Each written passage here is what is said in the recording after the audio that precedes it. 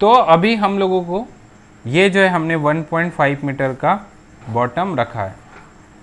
अब करना ये है कि हमें जो है एक एप्रोन के लिए जो है लाइन डालना होगा और एक जो है हमें टोवाल के लिए लाइन डालना पड़ेगा।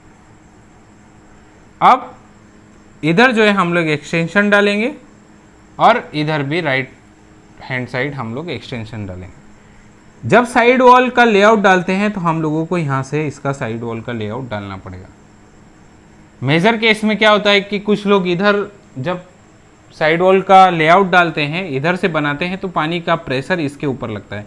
हमें जो है पानी का प्रेशर पैरेलल होना चाहिए आपके साइड वॉल के, एक साथ जो है आपका पानी और एक साथ जो है आपका साइड वॉल होना चाहिए। तो इस तरीके से हम लोग जो है लेआउट डाल सकते हैं। अभी मुद्दा ये है कि हमें कितना फाउंडेशन की खुदाई करना चाहिए। तो फाउंडेशन की खुदाई अंटिल द हार्ड स्ट्राटा, तब तक हमें जो है फाउंडेशन की खुदाई करना चाहिए। अब अंटिल हार्ड स्ट्राटा हमें कैसे मिलेगा, यह हमें पता करने के लिए कोई भी स्ट्रक्चर जब हम लोग बनाते हैं तो हमें एक रेक्टेंगुलर या फिर जो है हमें एक सर्कुलर ट्रायल पिट खोदने की ज़रूरत है। अगर हम लोग ट्रायल पिट खोद लेते हैं तो इसका मतलब है कि हम लोग किसी भी जगह जब स्ट्रक्चर प्रपोज करते हैं और ये एस्टीमेट बनाते हैं तो उसमें कब हमें जो है हार्ड स्ट्राटा मिलने वाला है उसका डेप्थ हमें जो है पता चल जाता है। तो इस तरीके से हम लोग जो है रेक्टेंगुलर या सर्कुलर के माध्यम से हम लोग एक ट्रायल पिट के माध्यम से पता कर सकते हैं। ये जो है बेसिक चीज़ें हैं। अगर हमें इसमें विंग वॉल देना है, अगर डाउन स्ट्रीम साइड में या अप स्ट्रीम साइड में, तो इस तरीके से हम लोग जो है विंग वॉल का भी लेआउट डाल सकते हैं। ये विंग वॉल होता है। कभी आपने सुना होगा कि कट ऑफ वॉल भी होता है, ये कट ऑफ वॉल होता है। ये कट ऑफ वॉल का क्या मतलब है और ये टो वॉल का क्या इस स्ट्रक्चर में मतलब है।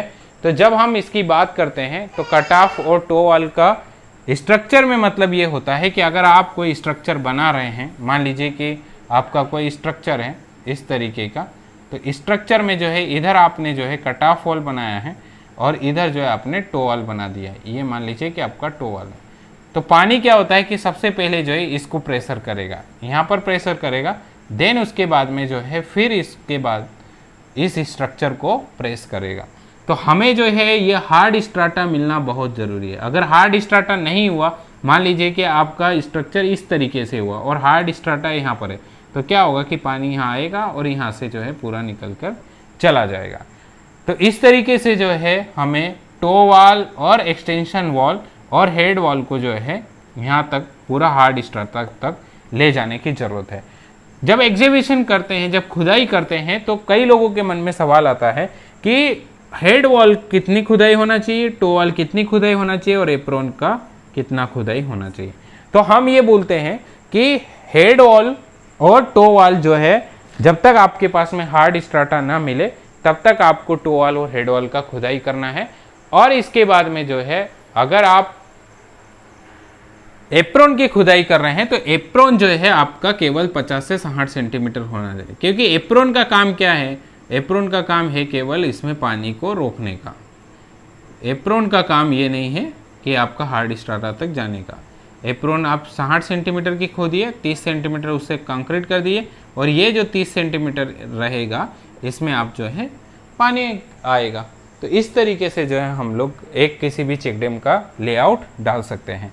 तो इस चेक डैम के लेआउट में हमें सावधानियां क्या क्या रखना है, मैं आपको सावधानियों की अगर बात करें तो सावधानियां ये रखना है कि कभी भी हमें जो है जब तक हार्ड स्ट्राटा ना मिले तब तक जो है कोई भी स्ट्रक्चर को हमें रोकना नहीं है, हार्ड स्ट्राटा जब तक ना मिले।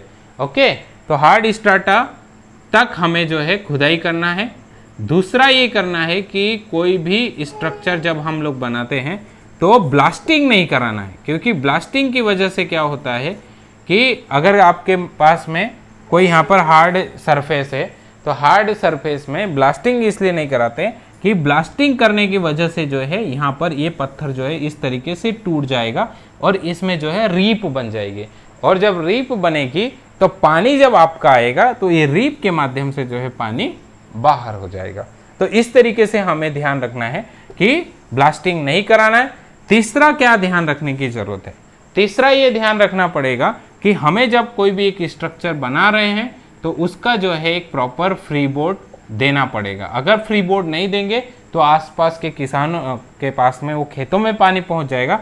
तो फ्री बोर्ड कितना होना चाहिए, तो we should keep the free board at least 0.5 metre. तो फ्री बोर्ड जो है हमें एटलीस्ट 0 to 0.5 मीटर तक जो है ये रखने की जरूरत है फ्री बोर्ड। इस तरीके से जो है हम कोई भी स्ट्रक्चर बनाते हैं तो ये जो है सावधानियां रखना पड़ता है। आपने कभी देखा होगा कि कभी आप किसी चेक डैम पर गए होंगे और एक आप चेक डैम पर खड़े हैं और पानी पता चलता है कि एक साइड से जो है पानी निकल रहा है उसकी टॉप लेवल से, तो हमें उस कंडीशन में पता चलता है कि इसका जो है प्रॉपर लेवल मेंटेन नहीं है। मतलब आपका इस तरीके का अगर मेंटेन नहीं है, अगर ऐसा है स्ट्रक्चर का ढलान, तो पानी जो है इधर से निकल जाएगा, इधर से नहीं आएगा। तो उस केस में हमें क्या करना पड़ेगा, एकदम इसको स्ट्रेट रखना है। तो स्ट्रेट रखने के लिए जो है हमें एक वाटर लेवल जो है पाइप के माध्यम से इसको लेवल मेंटेन करना पड़ेगा। अगर ये लेवल जो होता है इसको हम लोग क्रिस्प लेवल बोलते हैं। तो ये जो है क्रिस्प लेवल जो है हमें जरूरी है मेंटेन करना। क्रिस्प लेवल नहीं मेंटेन किया है तो आपका जो है पानी एक किनारे से निकलता रहेगा। तो ये सावधानियां जो है हमें रखना पड़ेगी, तब जाके हम लोग एक प्रॉपर स्ट्रक्चर की जो है जिस तरीके से ड्राइंग है हमने लेआउट किया है, तब हम इसको बोल सकते हैं कि हमारा एक स्ट्रक्चर एक अच्छा कंडीशन में बनेगा।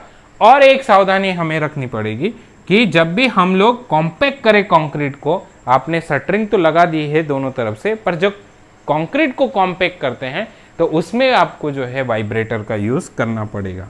अगर ये वाइब्रेटर का यूज़ नहीं करते हैं तो क्या होगा कि पोरोसिटी रह जाएगी, और पोरोसिटी की वजह से जो है कंक्रीट कॉम्पैक्ट नहीं होगा और उसकी वजह से जो है आपका कंक्रीट में से जो है पानी लीकेजेस के चांस होंगे। तो ये सारी जो चीज़ें हैं हमें ध्यान रखने की ज़रूरत है। तो ये साथियों, आप जब भी कोई स्ट्रक्चर बनाएं या जब भी कोई स्ट्रक्चर देखें या फिर आपके आसपास में कोई पंचायत का काम हो रहा हो, मनरेगा का काम हो रहा है या किसी भी विभाग का जब काम हो रहा है, तो आप इन्हीं बारीकी के साथ में किसी भी स्ट्रक्चर का जो है उसका जो है निगरानी करें।